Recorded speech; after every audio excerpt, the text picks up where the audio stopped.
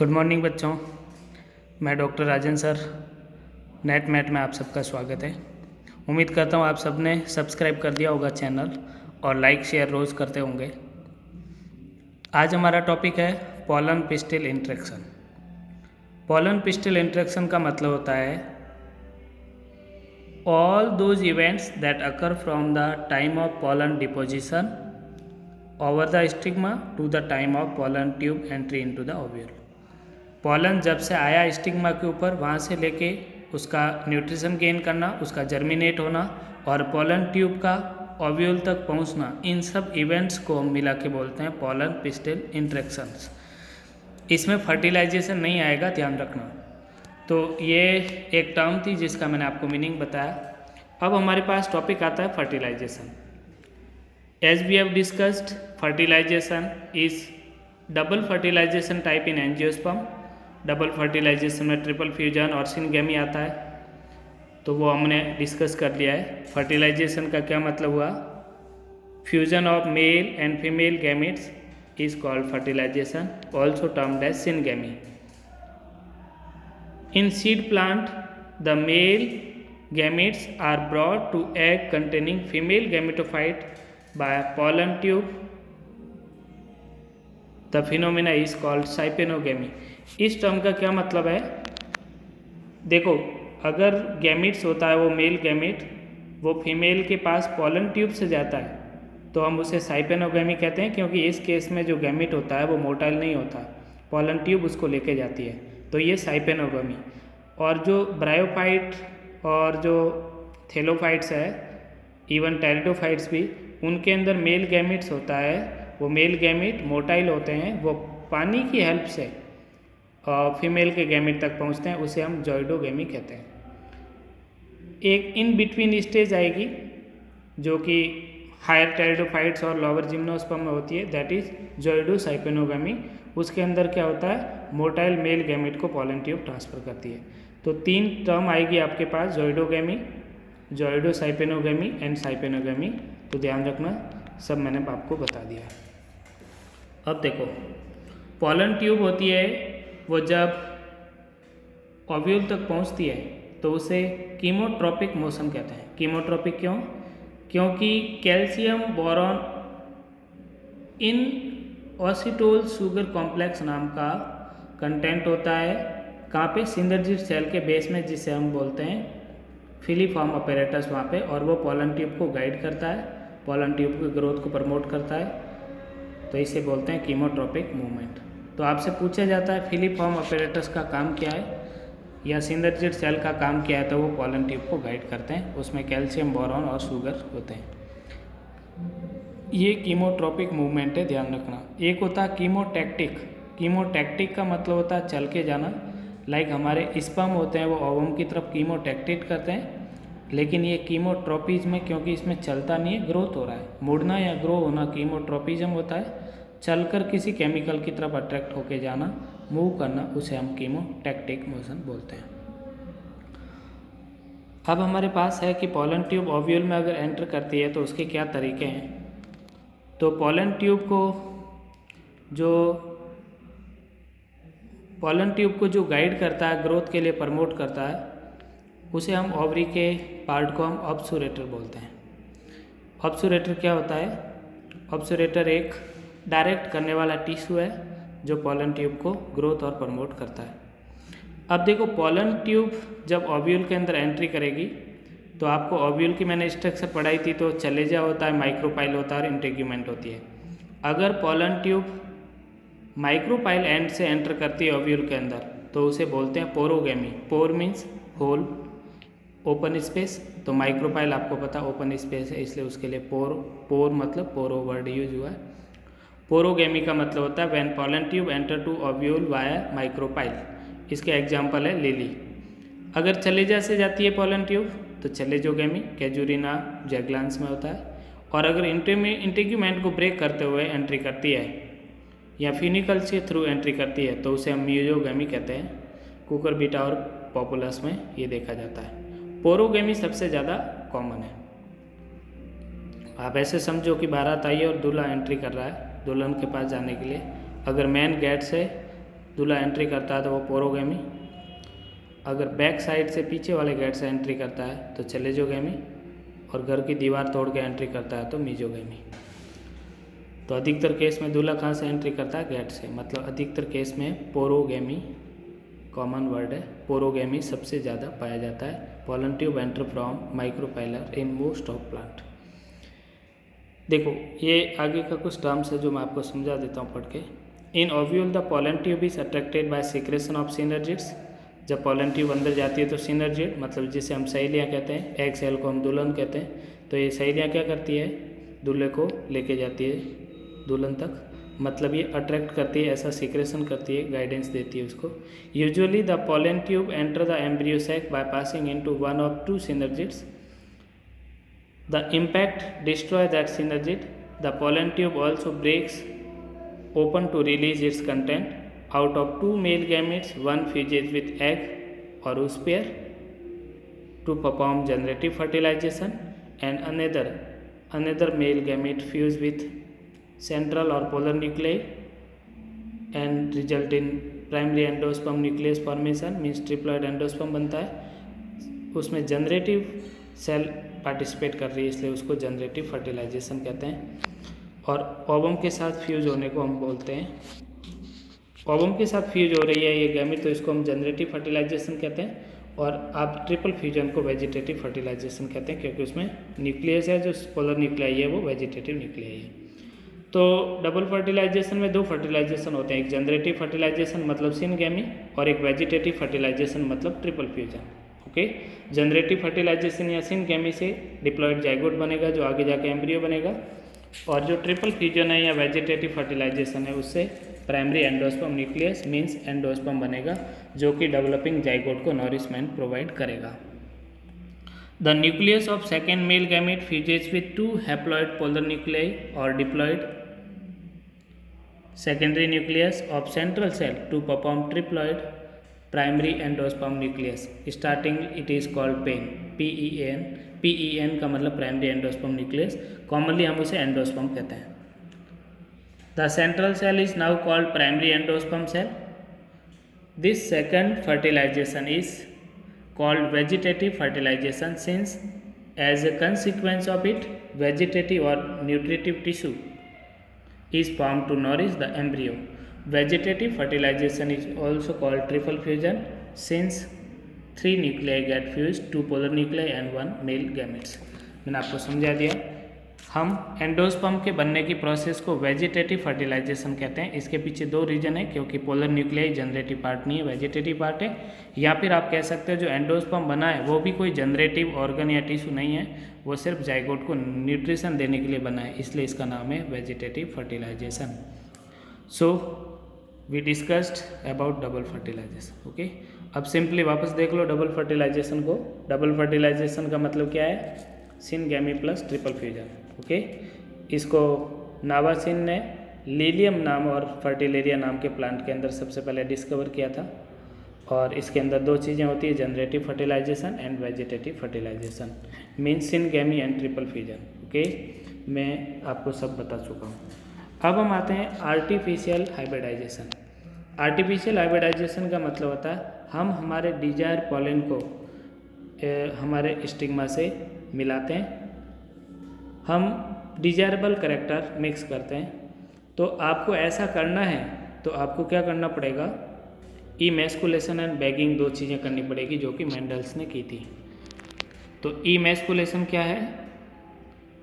Removal of stamen from floral bud of female parent so that chances of self pollination are eliminated. हम नहीं चाहते कि जो pistil के पास वाला एंथर है वो उसको फर्टिलाइज करे, उसको पॉलिनेट करे, तो हम उसको काट देंगे। तो मैच्योर होने से पहले एंथर को काटना ही इमैस्कुलेशन है। बैगिंग क्या है? हम नहीं चाहते कि पास वाला एंथर या कोई अनवांटेड पॉलन उसको पॉलिनेट करे, तो हम उसको पॉलीथीन से ढक लेंगे। किसको? स्टिग्मा को, उसे हम बोलते हैं बैगिंग।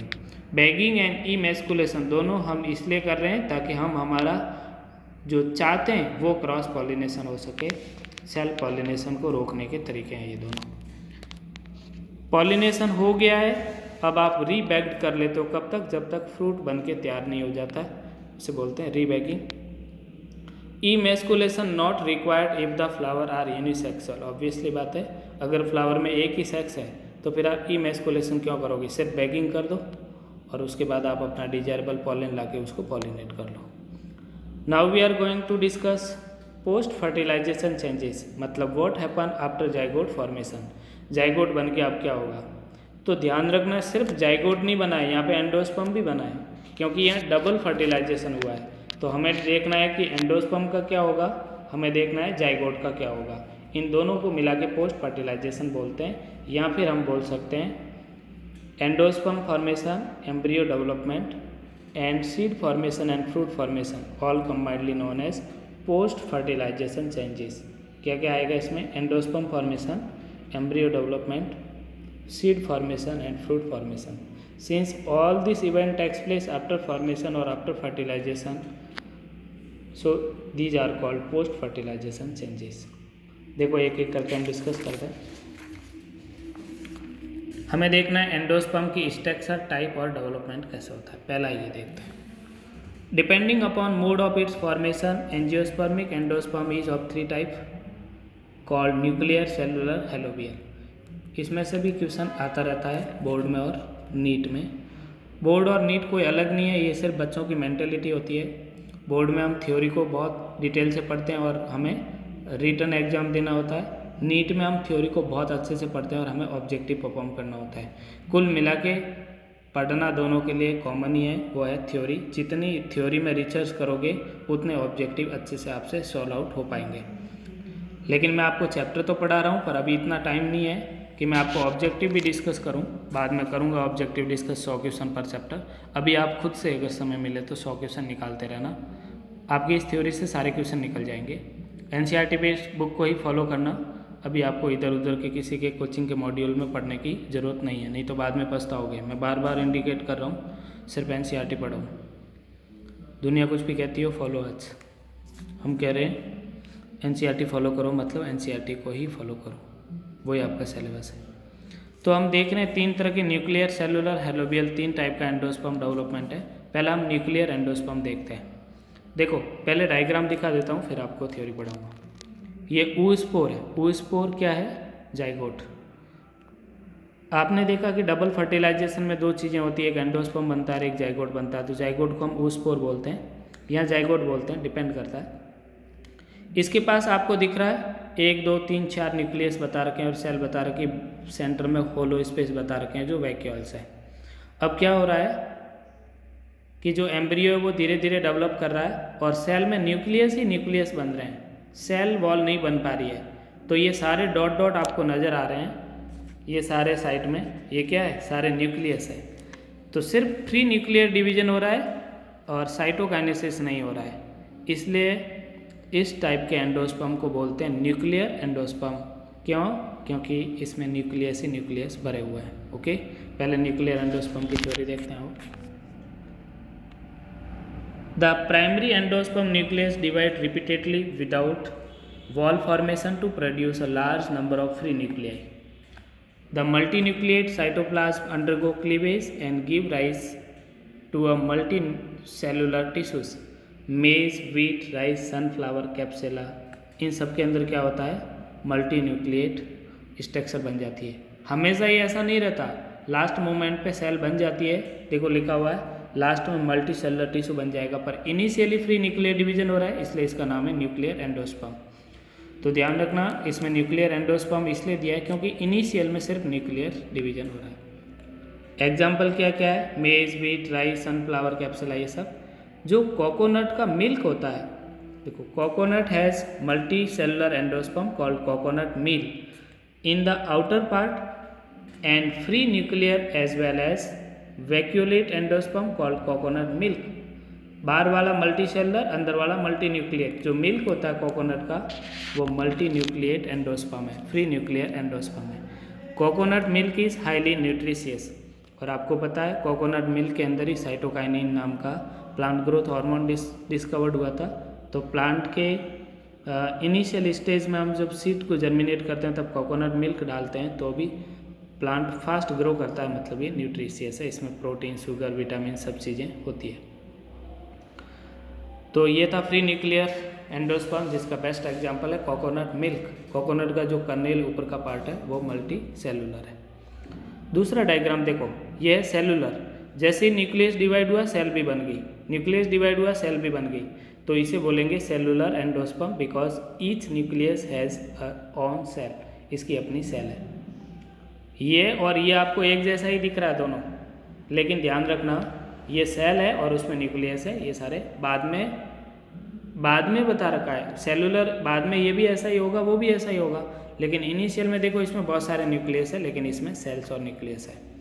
तो लास्ट में तो दोनों एक ही जैसे बनने हैं, भले सेलुलर हो या फ्री न्यूक्लियर, क्योंकि लास्ट में तो सेलुलर ही बनना है दोनों, इसलिए डायग्राम सेम लग रहा है आपको। अब ये देखो, अच्छा पहले आप देख लो cellular endosperm. Nuclear endosperm most common था, याद रखना। Cellular endosperm, every division of the primary endosperm nucleus is followed by cytokinesis. जैसे न्यूक्लियस बना सेल बन गई, therefore endosperm become cellular from very beginning, और ये बाल्सम, डटूरा और पिटोनिया में देखा जाता है। तो ये सेलुलर एंडोस्पर्म। तीसरा देखो, तीसरा है हमारा हेलोबियल। हेलोबियल में क्या है, अनइक्वल सेल डिवीजन हुआ है, एक में बहुत सारे न्यूक्लियस है, एक में कम न्यूक्लियस है, मतलब ये मिक्स टाइप का है। इसमें न्यूक्लियर डिवीजन और सेलुलर डिवीजन एक प्रोपोर्शनल रेशियो में नहीं हो रहे, और इसलिए ये डिस्टर्ब टाइप का एंडोस्पर्म है, जिसे हम मिक्स या हेलोबियल कहते हैं। हेलोबियल वर्ड मोनोकोट के हेलोबेल्स, जो एक ऑर्डर होता है उसके बेसिस पे नाम पड़ा है। थ्योरी देख लो, helobial endosperm, it occurs in order helobiales of monocot. The endosperm is of intermediate type between cellular and nuclear type, इसलिए इसका नाम है helobial endosperm. The first division of primary endosperm nucleus is followed by transverse cytokinesis to form two unequal cell, large micropylar end and smaller chalazial end। इसमें दो unequal size की cell बनती है और एक में ज़्यादा न्यूक्लियस एक में कम होते हैं, इसलिए इसे मिक्स टाइप ऑफ एंडोस्पर्म कहते हैं। तो we discuss all type of endosperm. अब हम देख रहे हैं आखिर इसका क्या भविष्य है, इसका क्या फ्यूचर है एंडोस्पर्म का। तो आप सब जानते हैं एंडोस्पर्म के दो केसेज हो सकते हैं, या तो वो डेवलपिंग जाइगोट को न्यूट्रिशन दे के ख़त्म हो जाए, या थोड़ा बहुत बच जाए, या पूरा ही बच जाए। तो तीन केस है, देखो एक एक करके आपको पढ़ाता हूँ। During its growth the endosperm crosses the nucellus, it is turn eaten by growing embryo, या तो ये एम्ब्रियो इसको खा जाता है। द एंडोस्पर्म मे परसिस्ट, कई बार जाइगोट या डेवलपिंग सीड इस एंडोस्पर्म को कंज्यूम नहीं कर पाता, तो उसे बोलते हैं परसिस्ट करना, मतलब बचा हुआ रह जाना। तो ऐसे सीड को हम बोलते हैं एंडोस्पर्मिक सीड और albuminous seed. All those seed which consist endosperm even after maturation mean endosperm not completely eaten और डाइजेस्टेड और कंज्यूम्ड और एब्जॉर्ब्ड। तो इसका एग्जाम्पल है कैस्टर, ये डाइकोट है, सीरियल्स ये मोनोकोट है, और कोकोनट भी आपका इसका एग्जाम्पल है। तो कोकोनट भी ध्यान रखना है, कोकोनट भी एग्जाम्पल है एंडोस्पर्म का। अभी पढ़ा तो था फ्री न्यूक्लियर एंडोस्पर्म होता है कोकोनट में। ये तीन गोल्डन एग्जाम्पल है, कैस्टर, सीरियल्स एंड कोकोनट। अधिकतर एल्बुमिनस और एंडोस्पर्मिक सीड होते हैं, सीरियल धान जो सारे मोनोकोट्स हैं, लेकिन कैस्टर और कोकोनट भी इसके साथ आते हैं। या फिर क्या होगा, एंडोस्पर्म पूरी तरह से कंज्यूम्ड हो जाएगा, completely absorbed by the growing embryo. तो फूड रिजर्व होगा, वो कोटिलिडन में चला जाएगा। इस टाइप के सीड को हम बोलते हैं नॉन एंडोस्पर्मिक और एक्स एल्बुमिनस सीड। इसका एग्जाम्पल है पी, बीन, सनफ्लावर, ये डाइकोट्स है। तो इनके अंदर क्या होगा, एंडोस्पर्म नहीं बचेगा, खत्म हो जाएगा। अब देखो अरीका या सुपारी है, इसमें रूमिनेंट एंडोस्पर्म है, पूरी तरह से खत्म नहीं हुआ, थोड़ा बहुत बच गया। तो रूमिनेंट एंडोस्पर्म पूछे तो सुपारी। जैसे कुछ प्लांट होते हैं जैसे आइवोरी, उसके अंदर ये सेलुलोजिक और हार्ड होता है एंडोस्पर्म बहुत, तो इसको बिलियर्ड बॉल्स, बटन्स बनाने में काम में लेते हैं। तो ये एंडोस्पर्म के बारे में हमने सारी थ्योरी डिस्कस करी। अब हमारे पास embryo structure, type and development. Embryo की स्ट्रक्चर, टाइप और डेवलपमेंट। तो टाइप क्यों आए, क्योंकि मोनोकोट, डाइकोट वही दो तरह के एम्ब्रियो पढ़ने, इसलिए। तो पहला हम डिस्कस कर रहे हैं, अच्छा एम्ब्रियोजेनी या एम्ब्रियोजेनेसिस क्या है। वो सारे चेंजेस जो जाइगोट से लेकर डेवलप एम्ब्रियो बनने तक हुए उन्हें हम एम्ब्रियोजेनेसिस कहेंगे। एम्ब्रियोजेनी इन डाइकोट, डाइकोट के अंदर कैसे एम्ब्रियो डेवलप होता है, ये थोड़ा सा इम्पॉर्टेंट पार्ट है, इसको मैं धीरे धीरे पढ़ा रहा हूँ आपको क्योंकि बहुत सारे बच्चे इसमें डरते हैं। पहले थ्योरी देख लो फिर डायग्राम बताऊँगा, या पहले डायग्राम देख लो फिर आपको थ्योरी समझ आएगी। देखो ये आपको बता रखा है जाइगोट, थोड़ी बहुत वैक्यूल है, प्लांट सेल है तो वैक्यूल होगी, से एक न्यूक्लियस है, ये डिप्लॉयड न्यूक्लियस है, जाइगोट है। जाइगोट डिवाइड हुआ, 2 सेल बनी, एक बड़ी एक छोटी, बड़ी वाली सस्पेंसर सेल, छोटी वाली एम्ब्रियोनल सेल या एम्ब्रियो सेल, 2 सेल बनी। 2 सेल के बाद ऑक्टेंट स्टेट आई 8 सेल वाली, गिन लो टोटल 8 सेल है। इसमें 20 में जो डंडा है ये डंडा जो 20 वाला है ये सस्पेंसर है, ये ऊपर वाला पार्ट है हॉस्टोरियल, और नीचे वाला ये पार्ट है आपका जो डर्मेटोजन है, इसके अंदर बहुत सारे टिश्यूज है, अगले वाले डायग्राम में बताऊंगा।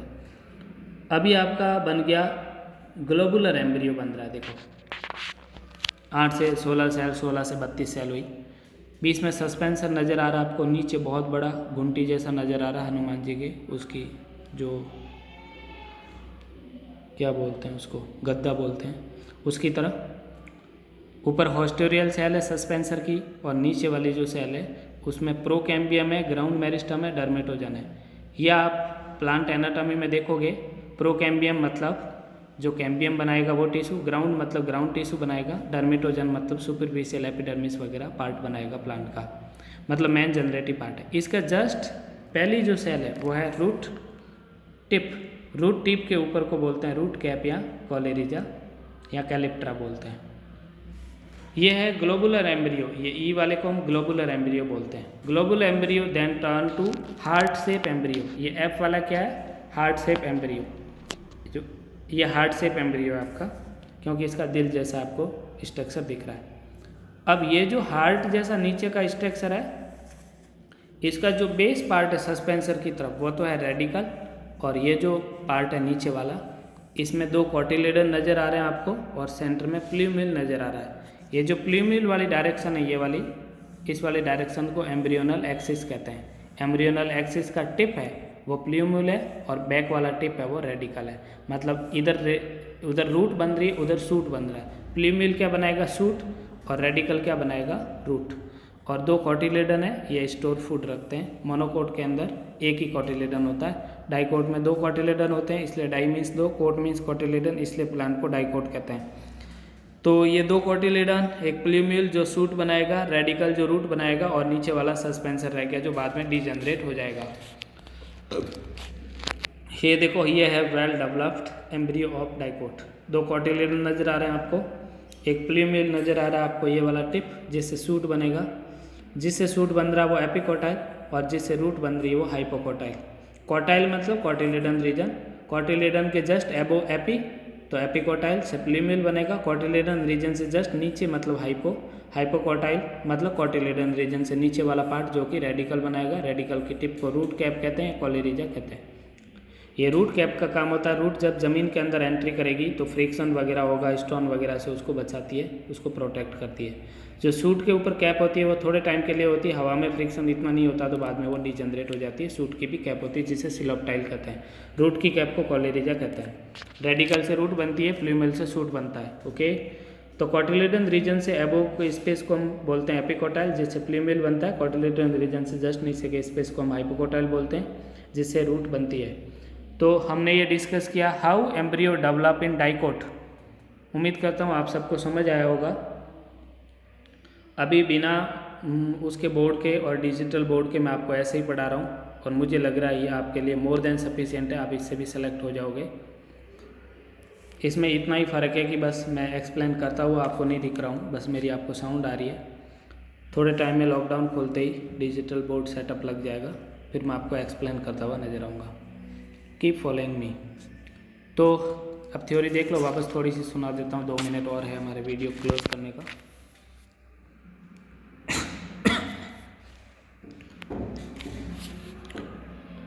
क्या होगा, in typical dicot divide by transverse wall into the unequal cell.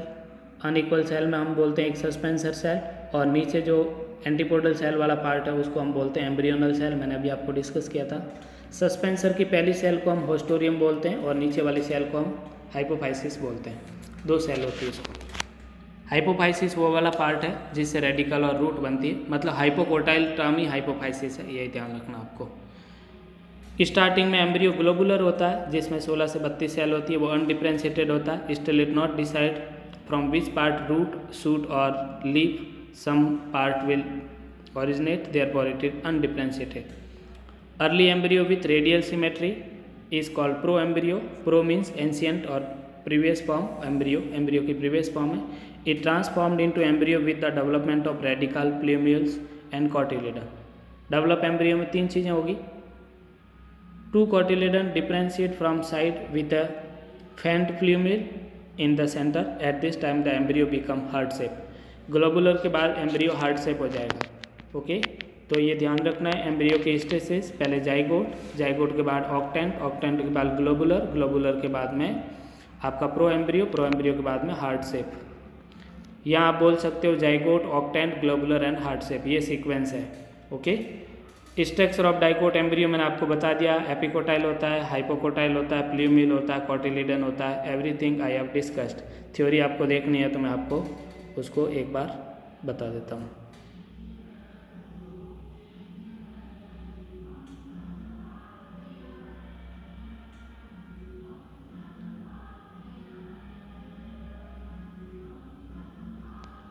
तो आज हमने ये टॉपिक पूरा किया। लाइक कर देना भूलना मत और सबको शेयर कर देना। पढ़ते रहना कंटिन्यूसली। कल हमारा लास्ट पार्ट होगा इस चैप्टर का, कल हम चैप्टर को फिनिश कर देंगे। Thank you so much for watching me again.